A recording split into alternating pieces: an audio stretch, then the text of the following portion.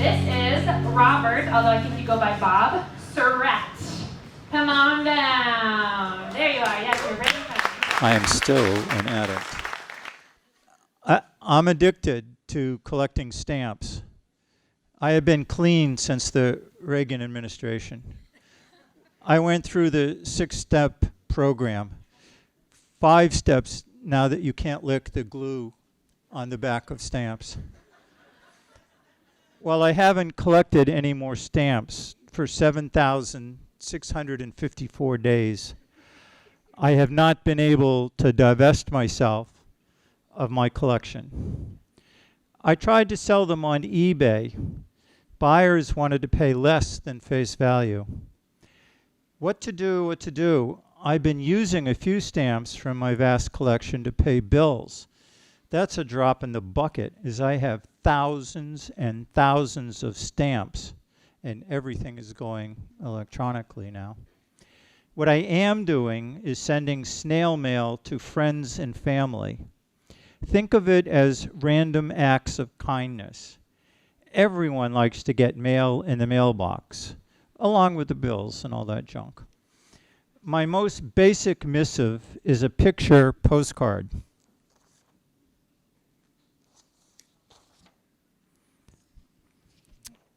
They're for sale all over the Cape for as little as 20 cents.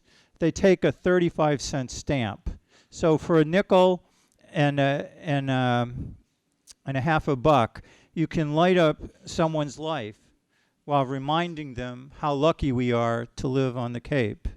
If they are here too, even better if they're not.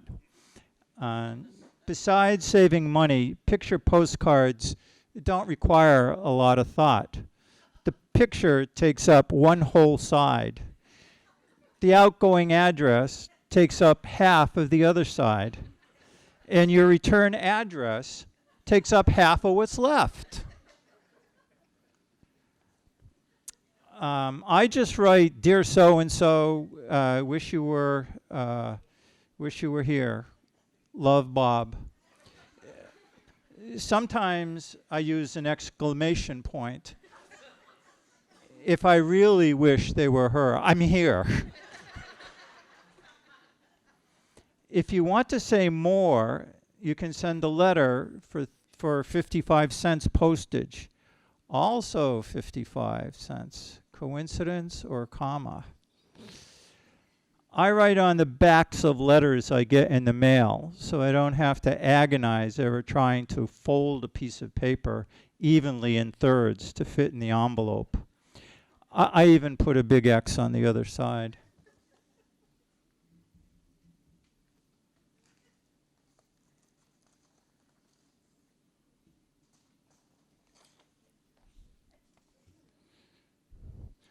Envelopes are relatively cheap, or you can use the back of one you get in the mail that doesn't have a barcode on it.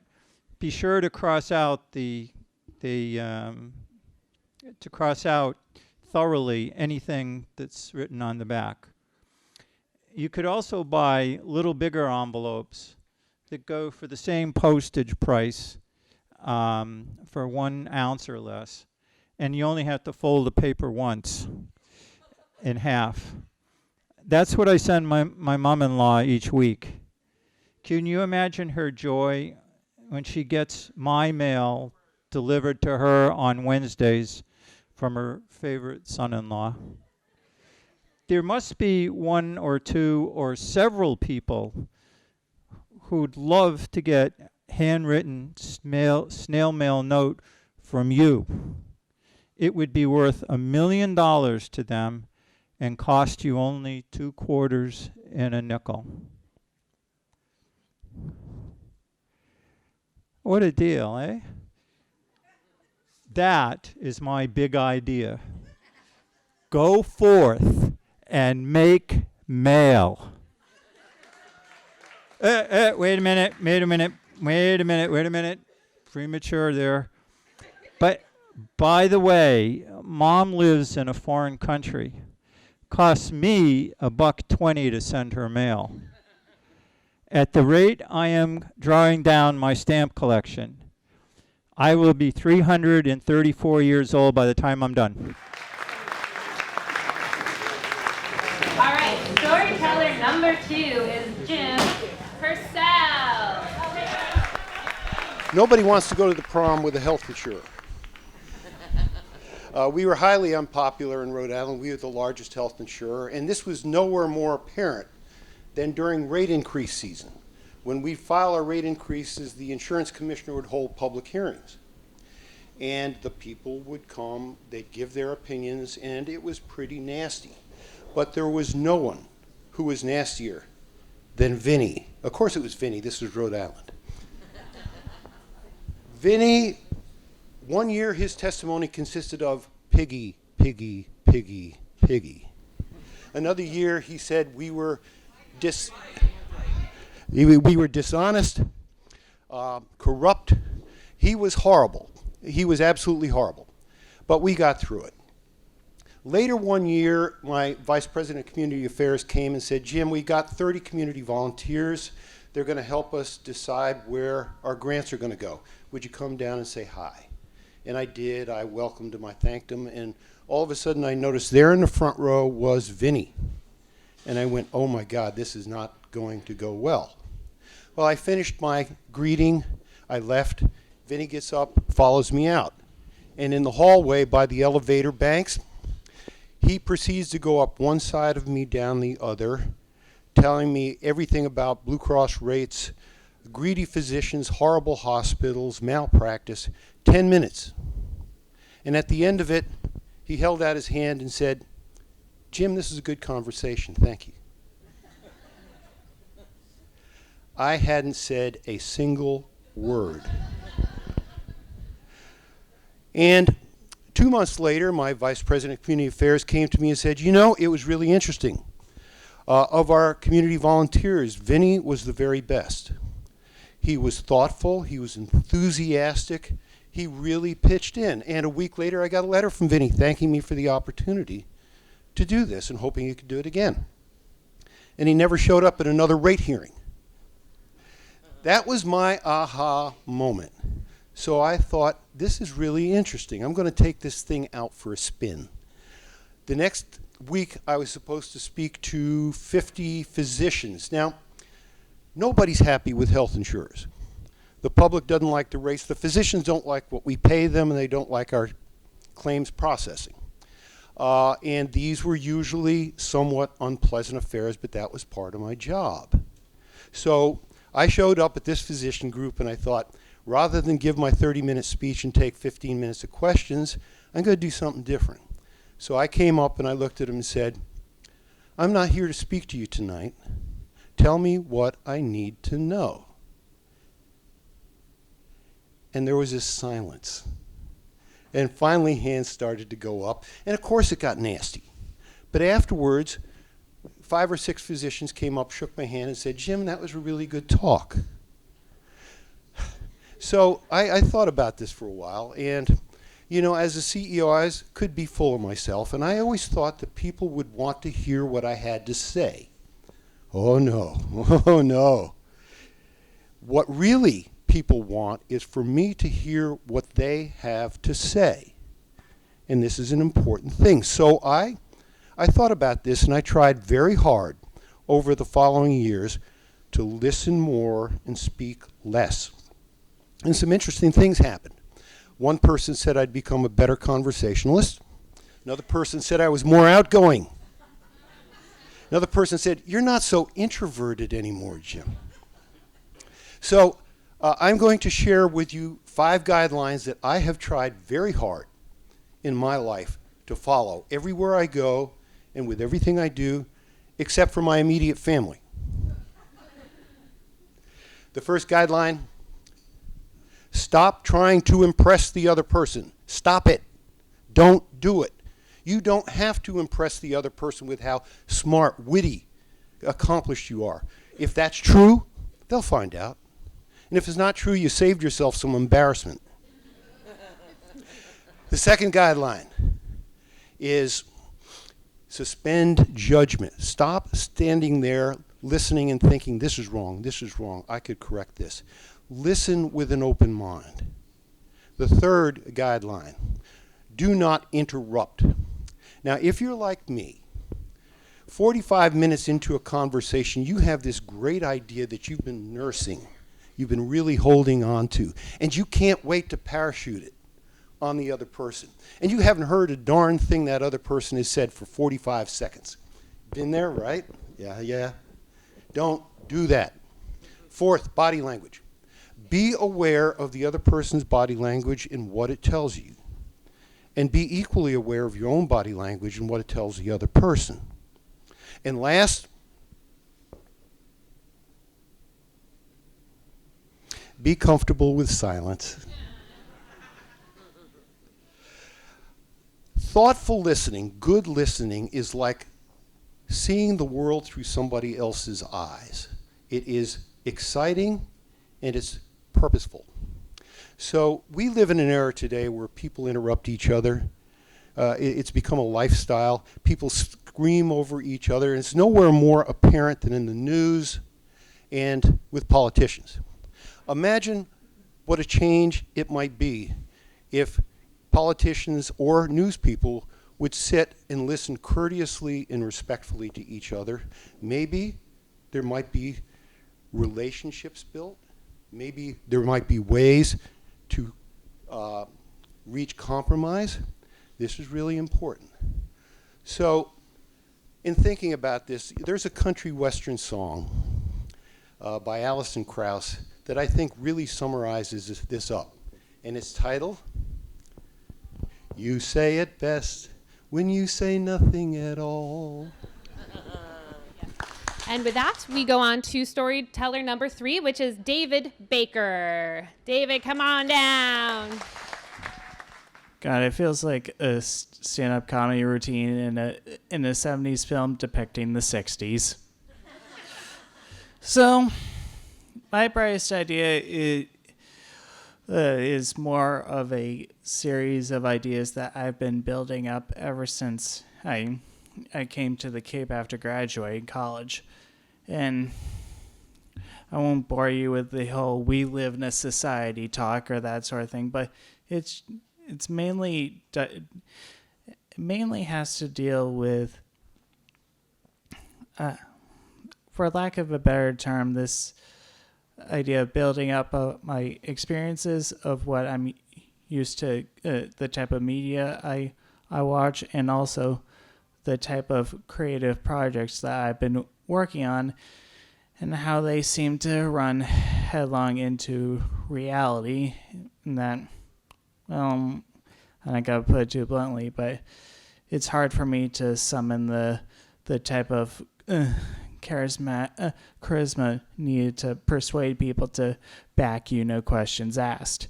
Especially in a place where people here have literally known each other for decades, and I've been here for maybe 2.5, 3 years most.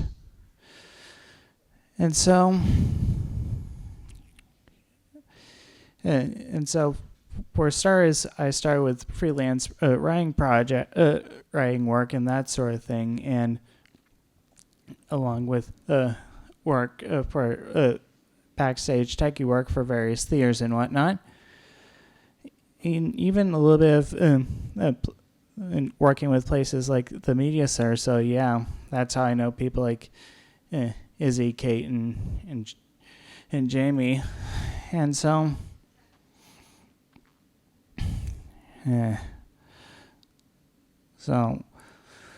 don't know. My first attempt at the quote unquote brightest idea was essentially an oral history that I came up with over a private Facebook group, rolling around a certain hashtag that has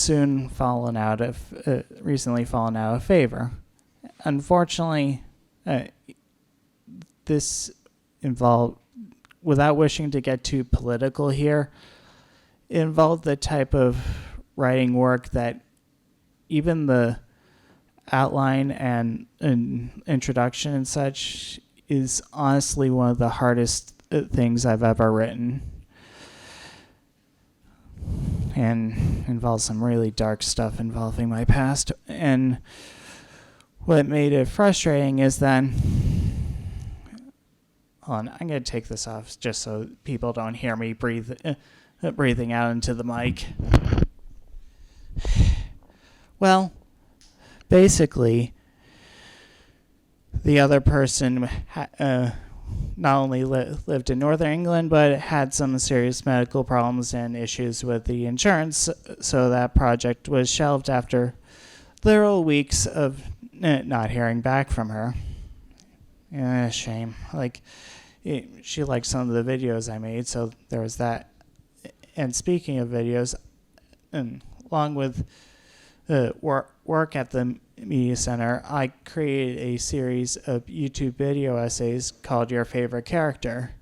And for the people who have seen them, they said they're pretty good and whatnot, if a little amateurish, especially since I was not only writing them myself, but also recording voiceover, editing audio, editing video, finding appropriate music, making sure that the audio mixed together, and then publicizing it after posting it on YouTube. So it was good work, but it just wasn't consistent enough. And if anyone knows anything about posting on YouTube, it's that the algorithm rewards consistency. I just couldn't deliver. And so here I am, just thinking about where things have gone, and also the type of videos I watch, not only on YouTube, but also podcasts I listen to, that sort of thing. And then it suddenly dawned on me, I could easily create a series of videos that would be part Let's Play, part narrative podcast. And so, and I think with the quote unquote demo reel I've come up with so far, it's pretty decent. I've finished up a script and gotten several actors I've worked with in theater to come in and record lines, and I think this could turn out really well. It's just once I record my lines, that'll be the kicker. And so here I am, just telling a bunch of people who are literally decades older than me what this kind of whippersnapper is doing, what they don't understand, and how he's probably coordinating with groups like the BTS Army, YouTube TV, and the deep state to overthrow American culture. And so here's my contribution to that part without wanting to get too political. I voted for Elizabeth Warren in the primary.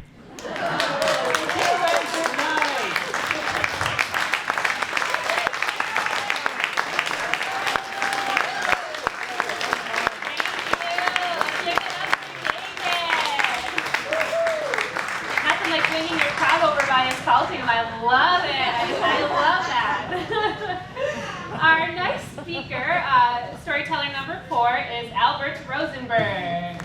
So I was wondering what would be the brightest idea that I could have in terms of giving a story slam. I've certainly given a number of story slams during the years I've been on Cape Cod, and I sort of go through them. I mean, maybe it was a time that I wanted to take my girlfriend's sailboat over to Martha's Vineyard, and we had a little bit of accident, deep water, and I had to be rescued by the ferry. Is that the best idea? No, I don't think so. Well, how about the time when I got a free garden in Harwich, and I wanted to draw all these beautiful spirals, Fibonacci numbers, golden ratios, sunflowers. Is that my best idea? No, I don't think so. And so I went through the list, and finally I decided, folks, that what I wanted to talk with everybody about is the issue that I probably care most about right now. Yeah, what we're facing. And so I thought, well, what is that issue? Is it still civil rights? I certainly was very involved in that over my many days. I went to the March on Washington. I stood at the Lincoln Memorial. I heard King give his I Have a Dream speech. And there are many other things that happened in those days. But is that the best idea for tonight? No. People aren't that active now in civil rights. They should be active with respect to the planet. And so I said, okay, that's the issue that I care most about. My brightest idea, give them a talk about the environment. And sure, 50 years ago, there was a crowd in Fairmount Park, Philadelphia. I was there listening to the speakers trying to make people understand what had suddenly become an issue that hundreds and hundreds of meetings that day, it was the first Earth Day, 1970, what was the issue that they were so concerned about? The environment was starting to go to pot, and we weren't doing quite enough about it.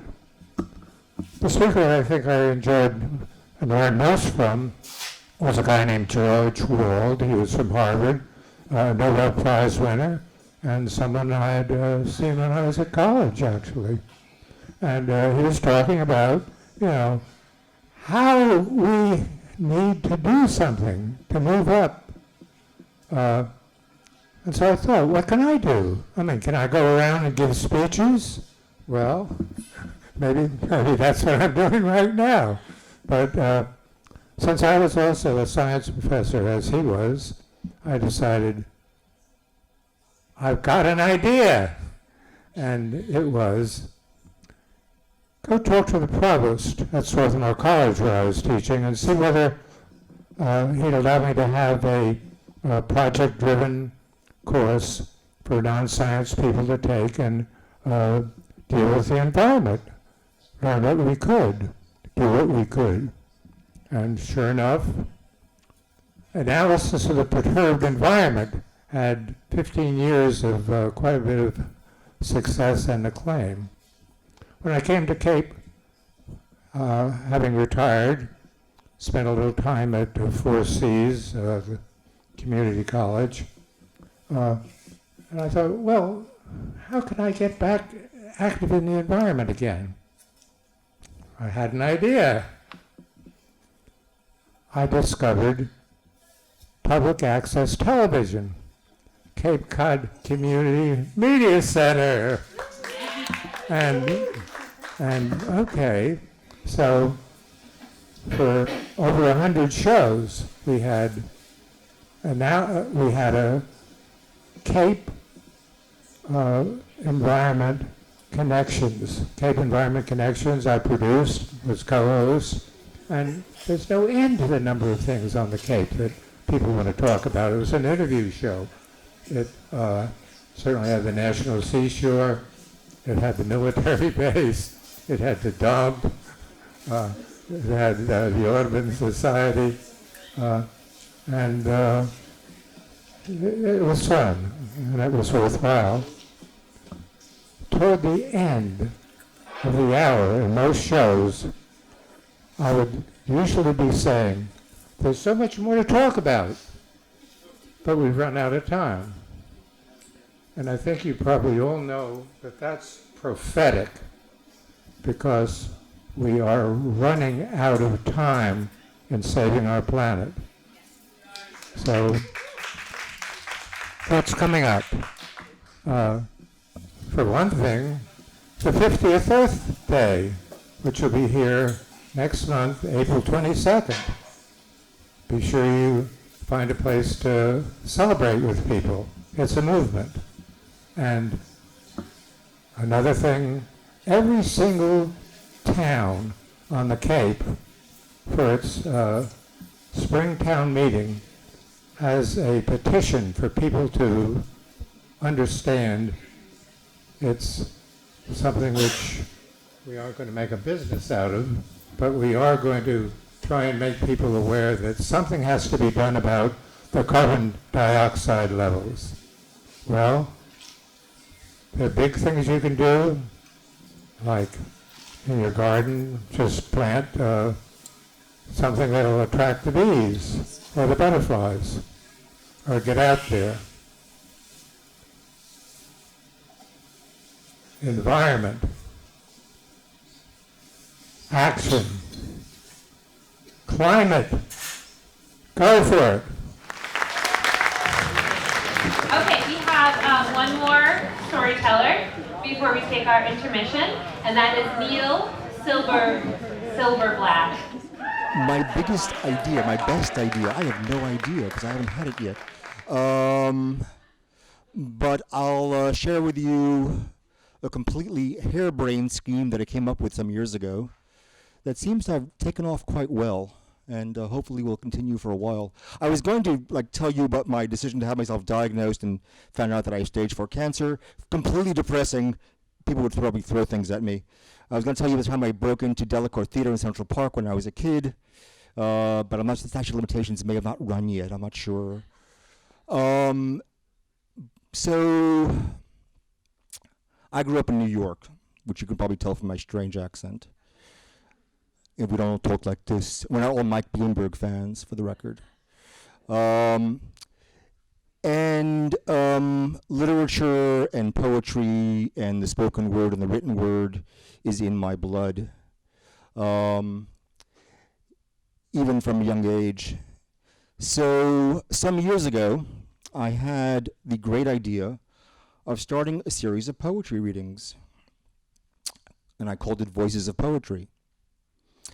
And I approached a local library, Minor Memorial Library in Roxbury, Connecticut. Lovely library. If you're ever in town, go check it out. Give them my love. And I said to her, would you consider having a poetry reading here? And she looked at me like I was speaking Albanian, and she didn't understand Albanian. So I said it slower.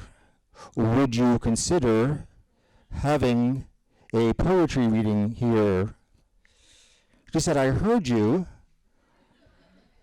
I just didn't understand you. Would you consider having... And she said, oh, you mean like a book signing? I said, no, some of the people here haven't written books. Oh, you mean like a slam? Like this? I said, no, I hate slams. Thank you. Now you know why. She said, well, what do you envision? I said, I don't know, it's our first event. I envision having 4 really good poets who I will select, and maybe some music, and I envision having people show up. Don't get your hopes up. What encouraging words from a librarian. We've never had something like this before. I said, you're a library, for the love of God. What do you have here? Bingo nights? She said, as a matter of fact, I said, don't tell me. She put out 20 chairs. 50 people showed up for a maiden event. I think more out of curiosity. Yeah, it gets better. That was in 2012. Over the course of the following 8 years, we're now in our 8th year, I've organized upwards of 300 events. Some folks here in the audience have actually read and performed at those events. But I'll share with you one of my biggest ideas, my best idea, was to have a Voices of Poetry event at a boxing gym in Paterson, New Jersey. You have to imagine the scene. There are crack vials on the way to the boxing gym. This is not a nice section of Patterson. On the corner, there's a hooker. This is Sunday morning and she's working. You got to admire that. I'm sorry, you just got to admire that. I mean, she's Sunday morning and she's working. I wanted to give her a tip, just like, yeah. Yeah. And to complete the scene, the tableau, as it were, there is a Pentecostal church. So we have the crack vials, the hooker on the corner, and the Pentecostal church. And I am going into a boxing gym to host a poetry reading because I'm crazy. We walk into the boxing gym, and I'm dressed like this, you know, nouveau yuppie chic. And the boxers look at me like the librarian looked at me, but more menacingly. You lost? No, is this Ike and Randy's boxing gym? Yeah. What are you here for? Can I use a dirty word? SH? I don't know. I don't know if I can. Okay. I don't generally do this. I don't do blue. I don't do slam at all. So I said, I'm here for a poetry reading. He said, you're shitting me. I said, I shit you not.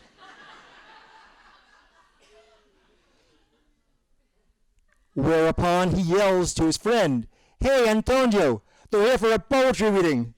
True story. You're shitting me. I shit you not. We read at that event from Center Ring, as in, you know, and now we have in this corner weighing in at 125 E.E. Cummings, weighing in at 145 Grandpa Walt Whitman. One of the poets actually is a Golden Gloves boxer. He's an MFA student at NYU. Amazing poet, like 6-pack, 8-pack, whatever the hell they have. I don't know. Anyway, so we had the Dean of Students from NYU. We had the Dean of Students from the MFA program at NYU. We had the Dean of Students of Columbia. And we had 20 amateur boxers who just consumed by curiosity as to what the hell we were doing. I read because one of the poets got a car accident, so afterwards they came over to me and said, man, that was good. So that was one of the great ideas. It actually came off well. We're doing it again this fall. And then this April, we're having a guy named Robert Pinsky read with us at Wellfleet Library. But what you do in boxing in Patterson? There'll be no crack vials, though, in Wellfleet Library. So just great idea. Follow your passion. It may lead you to a crack vial-filled boxing gym in Patterson, New Jersey, with a hooker on the corner and a Pentecostal church. And it may lead you to poetry. Thanks.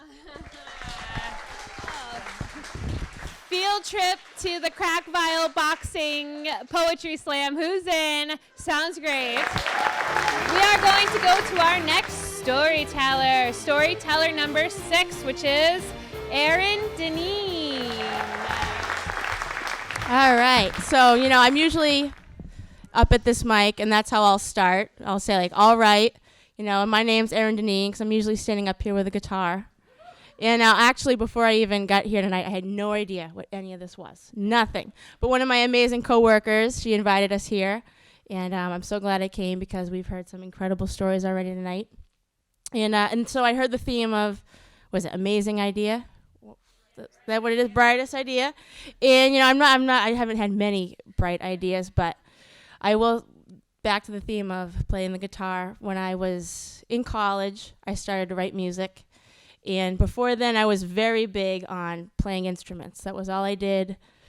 My biggest hobby was playing softball. So music was kind of the side thing. It wasn't my biggest, you know, this is what I want to do. But once I reached college, I went to Wheaton College for film writing. So not really exactly the same as songwriting, but I got to learn about the creative industry and like what you do if you're in this atmosphere, like how it's a little different than working in an office. You got to kind of find your own space, what makes you comfortable to be creative. And so, like I said, very different than songwriting, but that senior year of college, I was basically majoring in softball. I played softball there, second baseman, and still wishing I was Nomar Garcia-Parra, but I'm not. But so I was still that girl, played softball, went to bed, woke up, played softball, and before I went to bed, I would play the guitar. And it wasn't until that senior year when I would start writing lyrics, because playing music and doing covers was kind of getting boring. And I had never even played in a live setting before. The songwriting and the playing music, I did it in my bedroom. And every now and then, if I fell in love with just a song that I just needed people to hear and kind of show off, I'd put sunglasses on so people wouldn't know who I was. I would sneak out and I'd go play on the streets of Hyannis. Pretty dangerous for like a high school girl to do, but it's like I would just have to have somebody hear this song. Parents knew about it a little bit, not completely, but so that senior year of college, I did the same thing. I put glasses on my face, but only this time I sat in my dorm room and I recorded myself singing a song I wrote, and I posted it on Facebook. And, you know, glasses still covered, I guess, the quiet girl that I am. It wasn't like, oh, I'm officially quitting softball and I'm doing this one thing. I was still kind of the same person, but there was like this little barrier kind of protecting me of who I used to be, and this is what I do. And so I posted that one video and didn't expect anything of it, but I got a lot of comments, lots of shares. Mostly expected that being because, you know, here I am kind of announcing something else to my friends. So that's why people were all obsessed with it. But turns out it was a country song. Like, I like country music, so a bunch of people in the country music world ended up seeing it, which I didn't expect to happen. But because of all the shares, they would share after share. And eventually one girl in country music did see it, and she really liked it.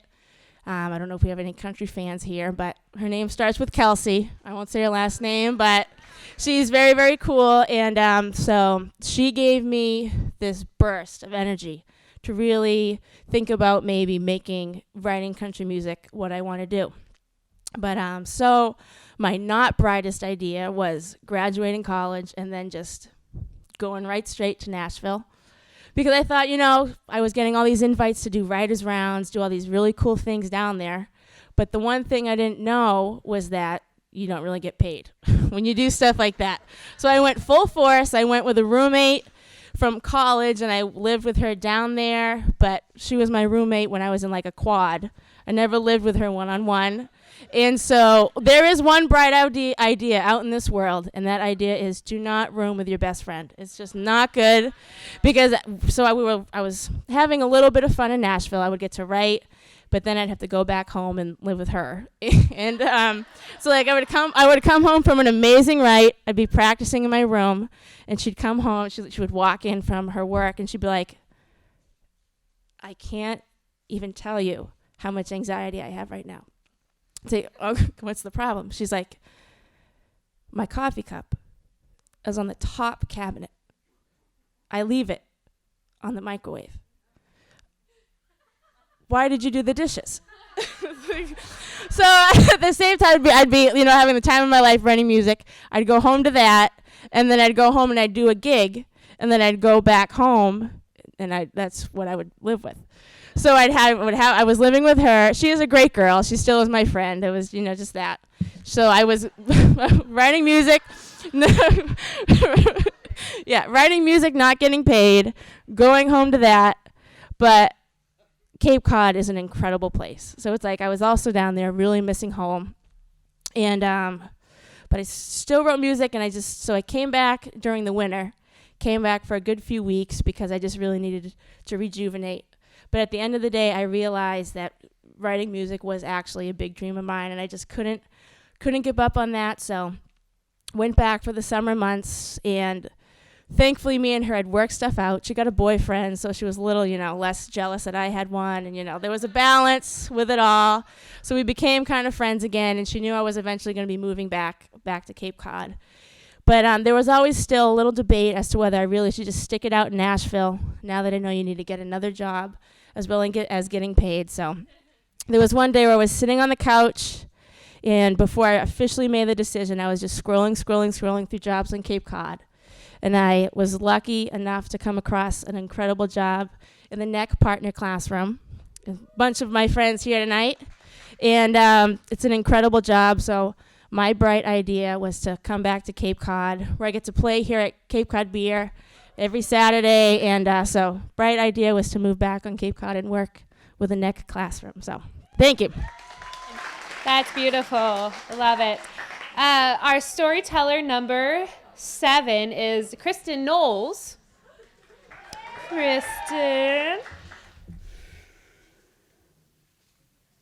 So I'm a 12th generation Cape Codder. I grew up here. And I'm not saying that to be like, oh, I'm so cool. But I'm saying it because I have such a deep affection and connection for this land and for this community. And so anyway, the story of my bright idea starts in 2008 when my husband and I adopted 2 children from Kazakhstan who were siblings. My daughter was 3, my son was 5. We had applied for an infant as young as possible because I was so afraid of what could possibly happen with things like reactive attachment disorder and you name it. I basically manifested my worst fears. But my children are now 15 and 17, and they're amazing little people, or big people, actually. So that was 12 years ago.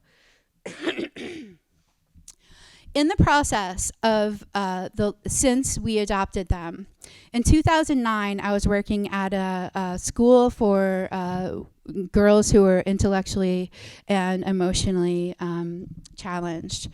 And I lost that job because of various factors that had to do with a union coming in and a restructuring and a new director. It broke my heart. It broke me. I loved that job more than any job that I had ever had in my life. But I stepped forward and I said to myself, you know what? Like one door closes, another door opens.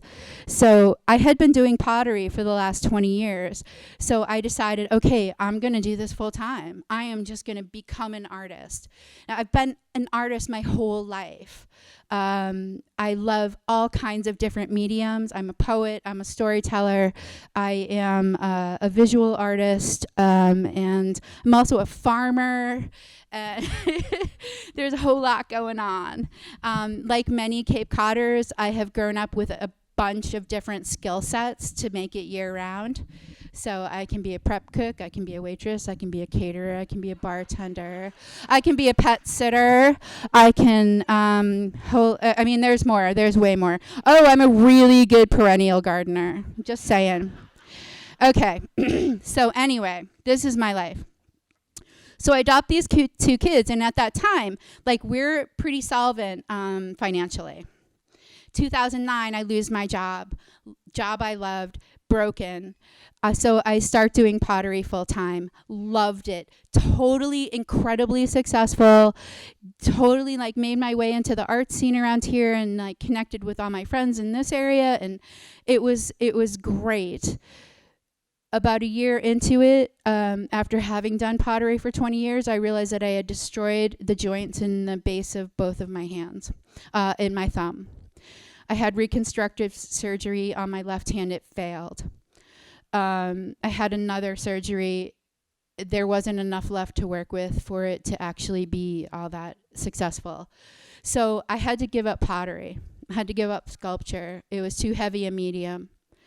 So I was like, what am I going to do now? You know, I love multimedia, but like I thought, oh my gosh, like what would be soft and warm and light?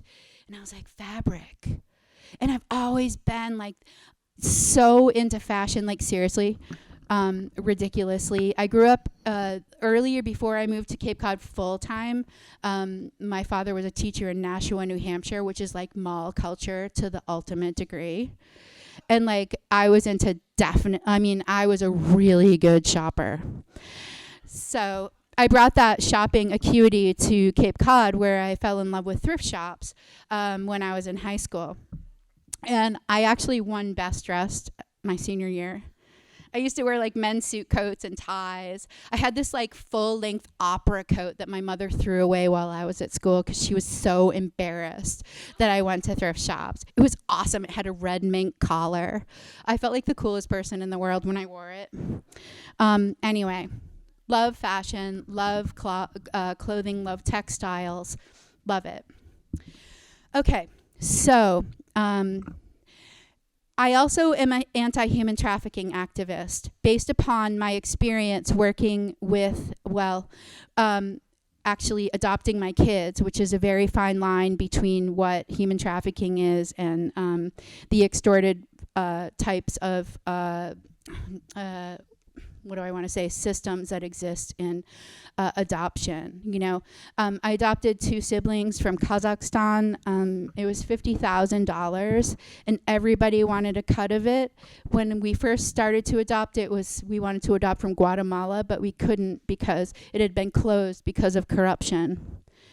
So in 2011, when I couldn't do pottery anymore and my hands were totally compromised, I decided to do some more activist work because I had like all this free time on my hands and I couldn't work.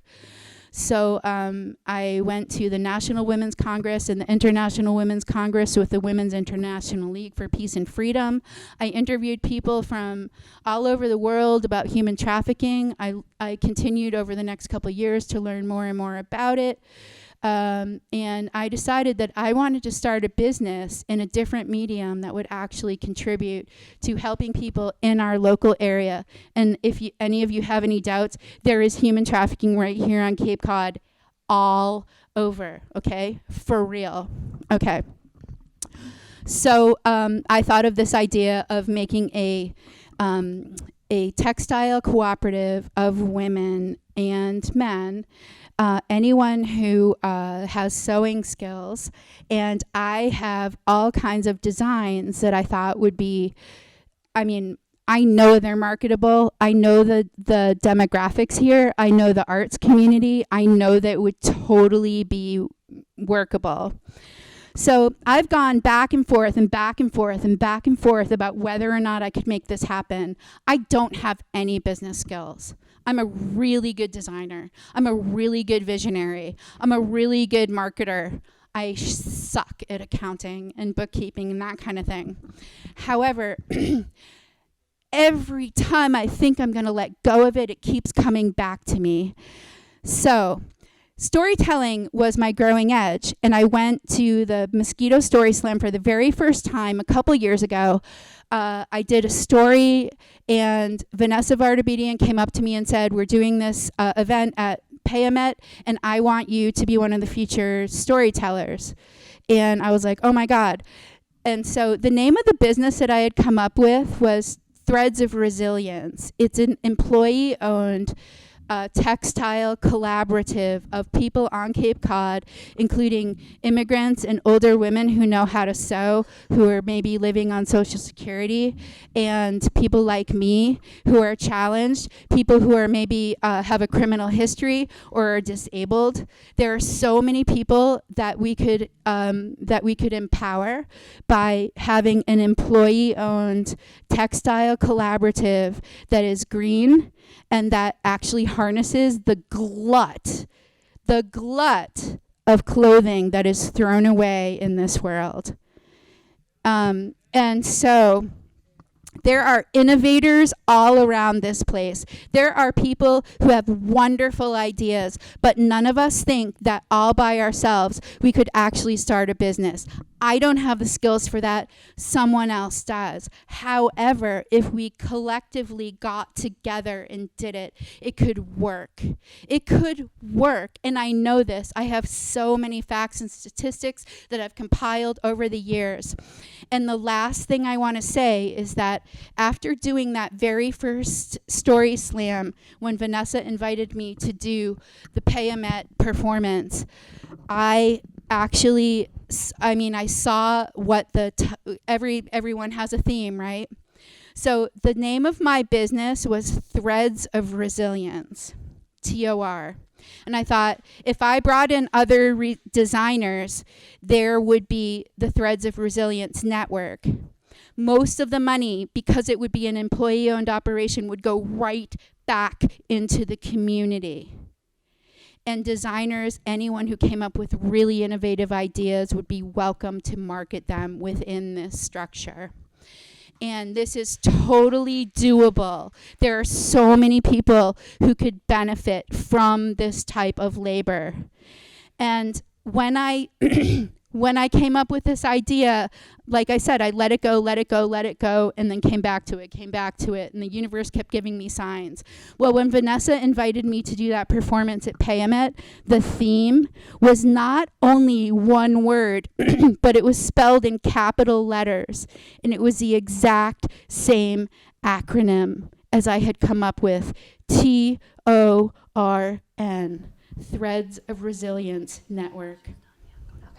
And your time is up, unfortunately. Yeah. So that was the universe telling me, like, I cannot let this idea go. Absolutely. Thank you so much.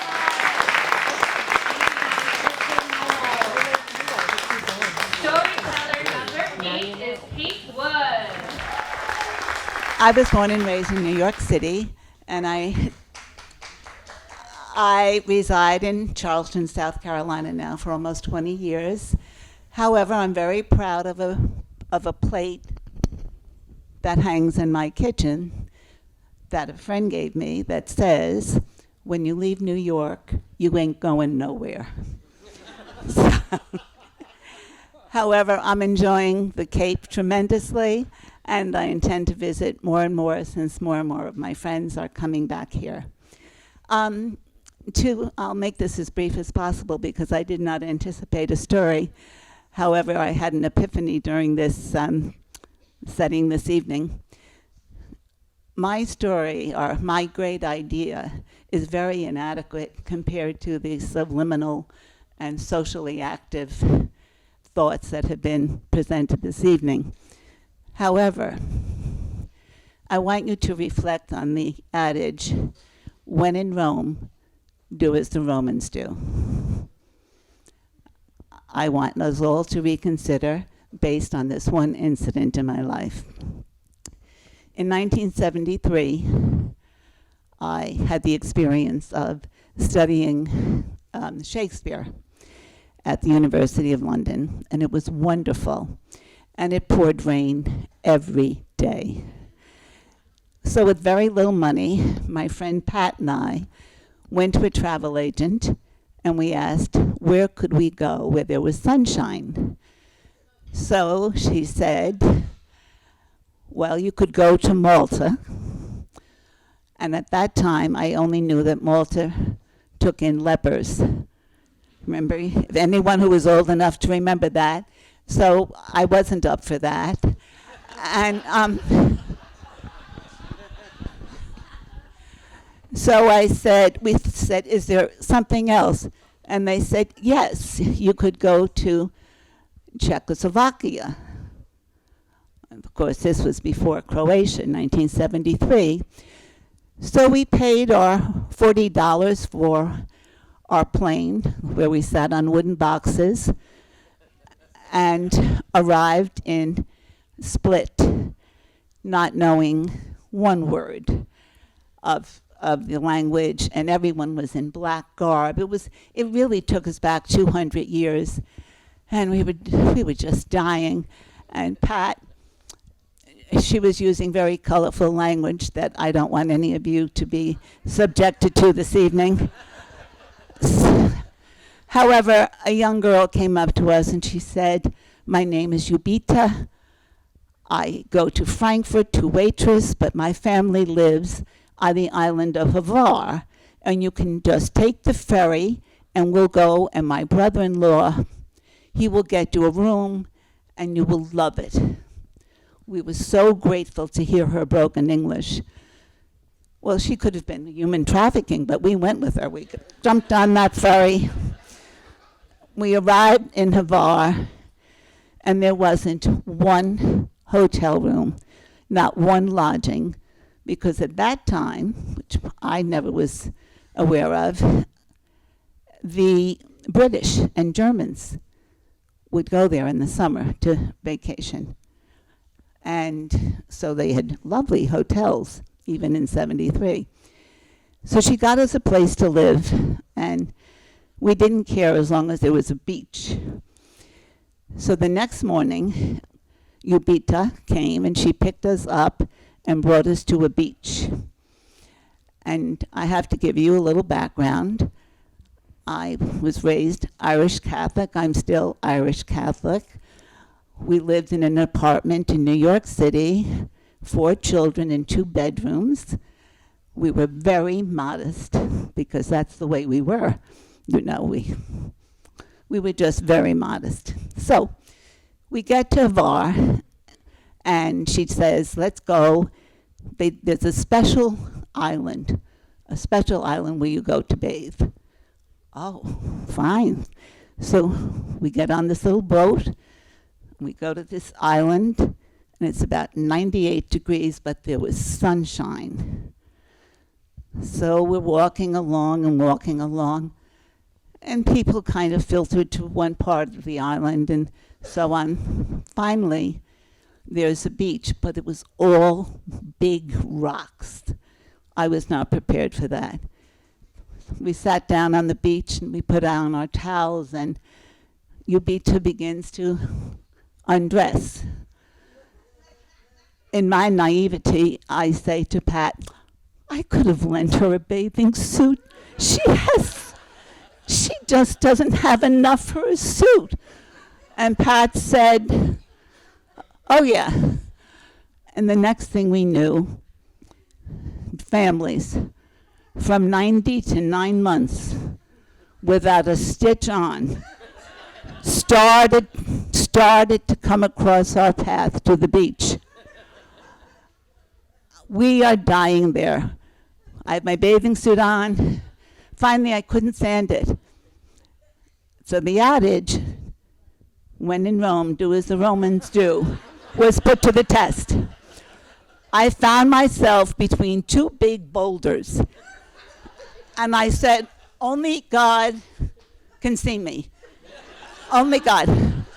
So I slipped my top off, and then I shimmied out of the bottom, and I was there 30 seconds when I was stung by a bee.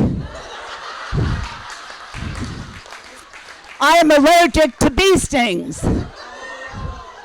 And the next thing I saw was 40 naked Germans running toward me with everything blowing in the breeze. And they picked me up and they brought me down to the water, and all the sea urchins were there, but they got mud, and at least 36 of them rubbed my inner thigh because that's where the bee sting was. I want to add, I was in Croatia 2 years ago. It was 98 degrees, and I didn't take a damn thing off. Great story. After we take a field trip to the boxing gym with the poetry, we can head on over to the beach afterwards. It'll be a great day, guys. So we don't have a storyteller number 9, so we're going to shoot on over to number 10. So number 10 is Christine, and she told me to pronounce her last name like this, Haschenkaffel. She told me to say it like that. So come on down, Christine Haschenkaffel. Hello, everyone. My name's Christine, also known as Christine Hockeppel, Christine Hotchkerfuffle. But if it's easier, you can just call me the Salty Broad, or Salty. So tonight, I'd like to share a little story about grief. Doesn't sound happy, but we're gonna make it good, okay? So don't worry, I'm gonna bring it back. Okay. So I'm gonna set the tone. So it's 2009. It's about 10 years ago. And I'm a little cub journalist, photojournalist, working for a small family-owned newspaper company called East Bay Newspapers. And is this cutting in and out, or are you guys hearing me okay? I'm trying to make love to the mic right now, but I can't really get any closer. So in any case, I'm a charity bicyclist, and that's a big passion of mine, is giving back through cycling. And I was also at the same time telling a sad story about a young man who's 22 and battling acute lymphoblastic leukemia. Really great kid. Went to Emerson College, was creating a monologue basically about what it was like to be a young person going through this terminal illness. And he was a singer, a songwriter, just an incredible human being. And he, every year, registered for this ride, the Pan Mass Challenge. And every year, he would relapse and not be able to do the ride. And so I was telling his story for this tiny little paper called the Barrington Times. No one here should know about it. And I decided that not only did I want to tell his story through pictures, but I also wanted to ride the Pan Mass Challenge in his honor with his family and his friends, and ride it with, him being there he wasn't able to ride it with us, but we were going to ride in his honor. And I was already a cyclist, so I didn't think much of it. I just thought, cool, get back on my bike. I'm going to get back in shape. I got this, So I had a little accident, skiing. I tore my ACL, and I thought, I'm young still. I got to just ride that off. And I was having some major pain. It was not good. But I was like, it's fine. I'll figure it out. So I'm riding along on a training ride. And also, I worked like weekends and days, and I just worked crazy hours. So the only time that I had to do training rides for this 100 and some mile 2-day ride was on the weekends. So, or not on the weekends, my weekend, which was like Monday, Tuesday. So anyway, I'm training on a ride by myself, essentially. And I decide to just, fight through the pain. I'm just going to ride it out 50 miles, no problem.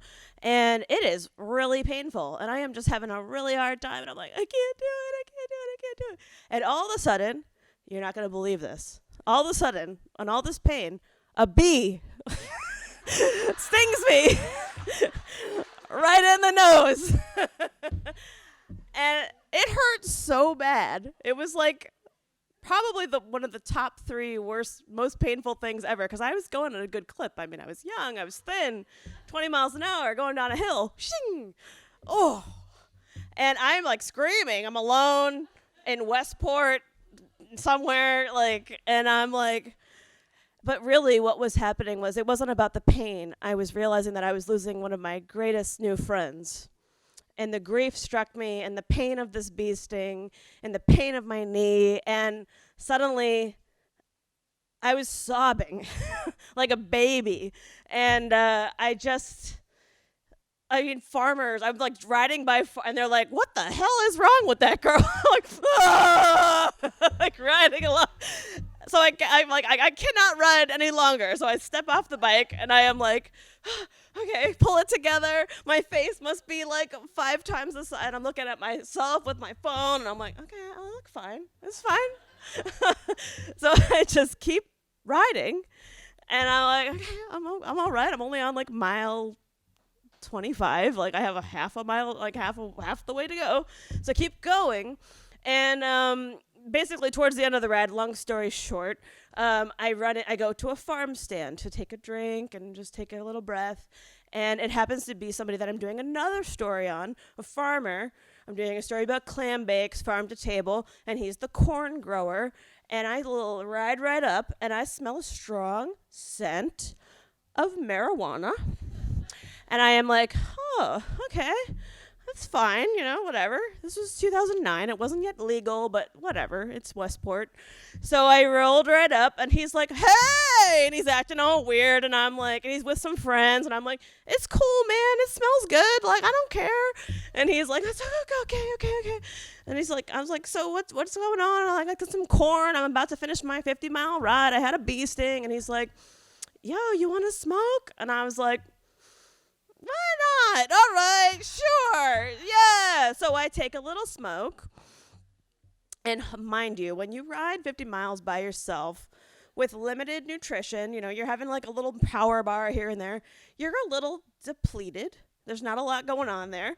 So I take one little smoke, and I am way out of bounds. Like I am suddenly extraordinarily high.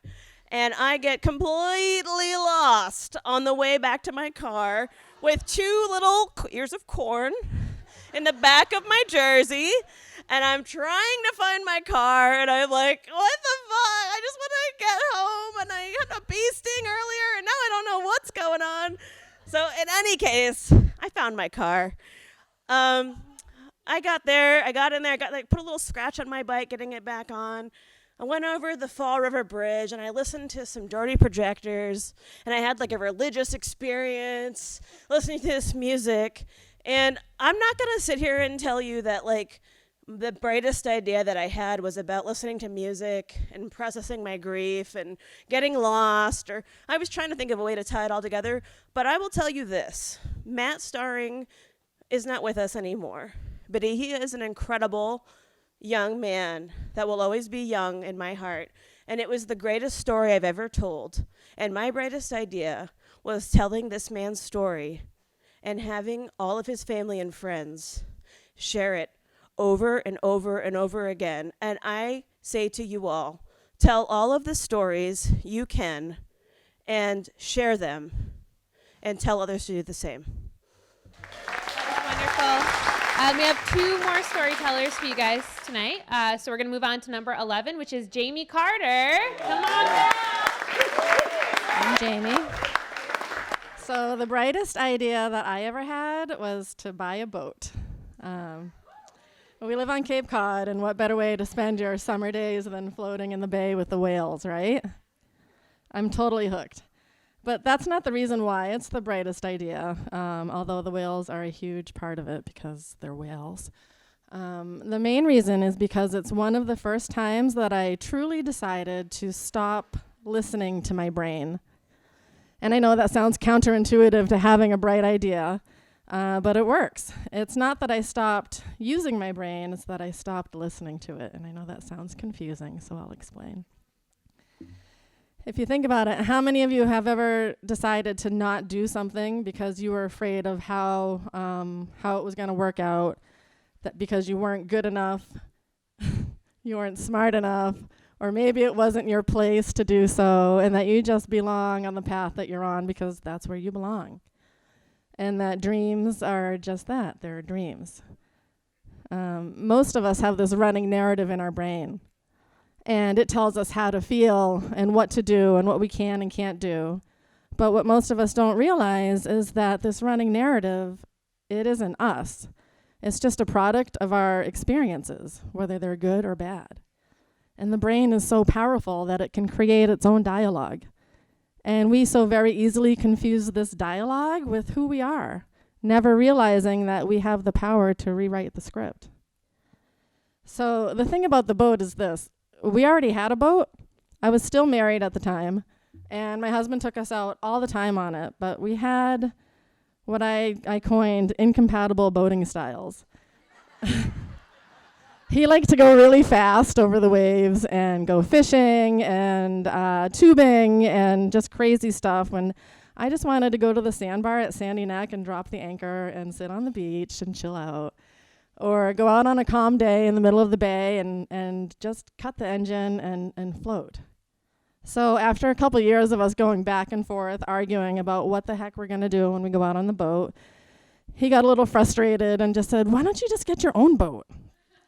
And I was like, my first instinct was like, no way. Are you crazy? I can't learn how to drive a boat. My narrative instantly told me that I just simply was not capable of learning how to do something like that. And I believed it. So, we had the dialogue for a couple of weeks, and after some time passed, I did something differently that was rare for me at the time. I decided to think, maybe I can do this. And the moment that I started challenging that inner narrative is when the whole thing changed. The dialogue was not so clear anymore. We started shopping for boats, and I started to feel excitement. And fear, a little bit of fear, because when you challenge something that you've been telling yourself you can't do, that's difficult. And so is learning how to captain a boat. I settled on a 16-foot well-crafted center console, a very tiny, like a surfboard with an engine. But it was small enough that I could figure out things on. And there's a lot to figure out when you're boating. And you have any idea how hard it is to back a trailer down a ramp? When there's a line of impatient boaters staring at you, they're waiting to get out on the water, and you have to turn the steering wheel this way to get the trailer to go that way, and it makes no sense. I shed more than a few tears out there, and often wish that I could become invisible. But after a few weeks, or more like a few months, maybe a season, things started to change and something really cool happened. And what happened is I started to get the hang of it. And you know what happens when you start to get the hang of something that you've convinced yourself that you're not capable of doing is that you become empowered. And before long, I was receiving compliments on my boating skills out there. And I particularly enjoy the ones from the women who would be standing on the dock, applauding, yelling out, "You're my hero!" And they're standing next to their husbands who are staring at me in awe as I independently load my boat onto the trailer like a pro. And I'm not gonna lie, I kind of dig that attention. Because I feel unstoppable out there now. You know, there's not too many female captains out on the bay. And that feeling of unstoppable and empowerment has transferred into almost every other aspect of my life. From getting divorced, to changing jobs, to being able to say I love you again, to overcoming my fear of public speaking by entering StorySlams.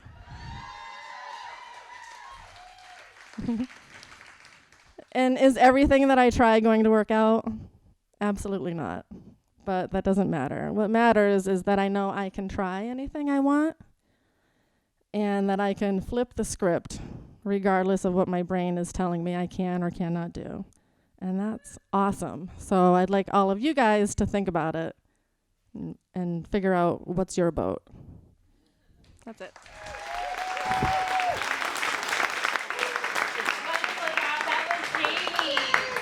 And now we move on to our last storyteller of the night, who is Larry Egan. So, my bright idea, like many bright ideas, kind of was locked away in the brain for years. And, you know, especially business-wise, you come up with that great idea, and we're not all Michael Keaton from Night Shift that walks around with a recorder saying, edible paper, or feed mayonnaise directly to the tuna fish. No, it's like those business ideas that you have that, epiphanies, you think, all right, that would be great one day if. But life gets in the way. And you just continue on down your path, and you just, one day, wouldn't that be nice? Well, for the past 8 years or so, I've been a contributing writer for Edible Cape Cod magazine. People familiar with Edible Cape Cod magazine? Excellent, excellent. It's good to hear. So as a contributing writer, I was constantly floored by these stories of local Cape Codders who are doing incredible work. The farmers, the fishermen, the purveyors, the restaurateurs, sourcing their foods locally, supporting local fellow Cape Codders, and the food stream staying here on Cape Cod. It's inspiring, it's incredible. It's an incredible mission of the magazine. And I had this idea, wouldn't it be nice, our dear friends Doug and Diane, that whenever the day comes when they want to move on to the next chapter, wouldn't it be great if we could just pick up the mantle and continue on with this incredible mission of this magazine?